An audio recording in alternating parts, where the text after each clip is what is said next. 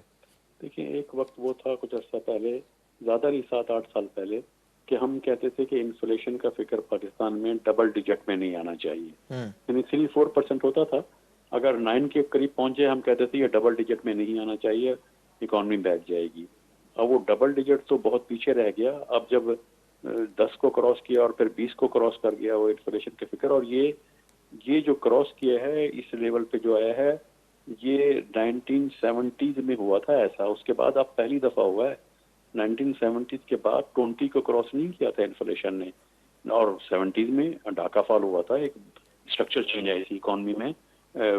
بالکل ہمارے ایسٹس وہاں رہ گئے تھے, فائنینشیل ایسٹ ایسٹ پاکستان وہاں رہ گئے تھے, ہماری انڈسٹری بہت ساری انڈسٹری وہاں رہ گئی تھی, ایکسپورٹ ہماری آدھی رہ گئی تھی,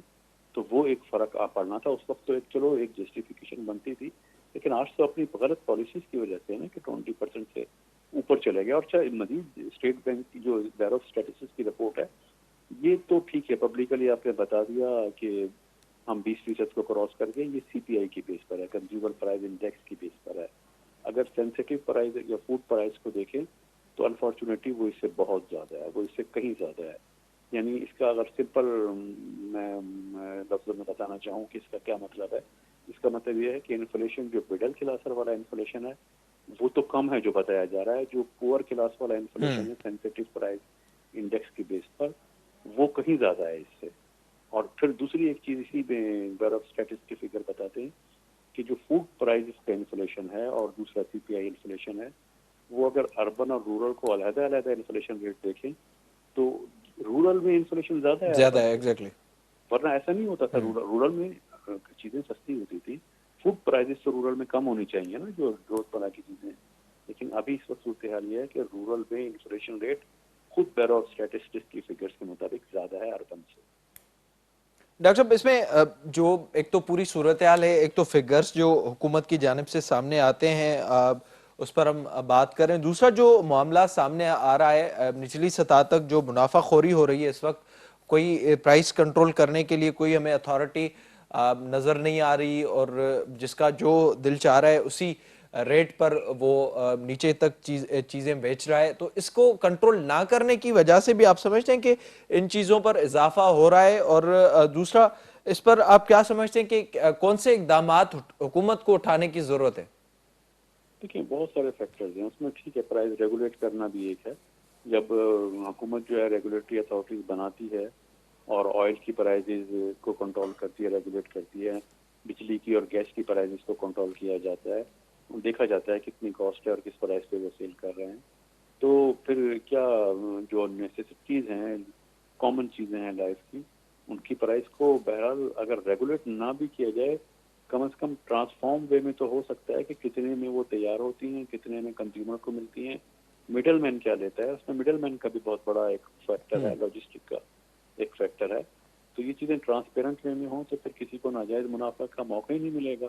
اگر ہر چیز میں ٹرانسپیرنسی کریٹ کر دیں. اور یہ کوئی مشکل نہیں ہے, یہ ڈسٹرکٹ مینجمنٹ کے لیول پہ ایک کام ہے, یہ ہو سکتا ہے اگر کرنے کی ول پاور ہو اور ظاہر اس پر عمل درآمد ہو. تو بہت شکریہ ڈاکٹر صاحب پروگرام میں وقت دینے کے لیے. ہن وقت جیکا سیاست اسا کے نظر اچے پہ, عمران خان سبھانے لانگ مارچ اسلام آباد طرف وٹھی اچے پہ, اسٹیبلشمنٹ یہ چئی چھڑیو ہے تو وہ گزل سال کا سیاست میں کو بھی کردار ادا نتھا کن. حکومت پی ٹی آئی کے گڈ وہن کی بھی ضرورت ہے, ان سان گڈو گڈ ہن صورتحال میں ملک کے معاشی جو بحران ہے ان میں کیں کڈنا, ان کے لیے سبھی سیاسی پارٹین کے گڈ وہن کی ضرورت ہے, ایک واضح پالیسی ڈیئن کی ضرورت ہے تو جی صورتحال بہتر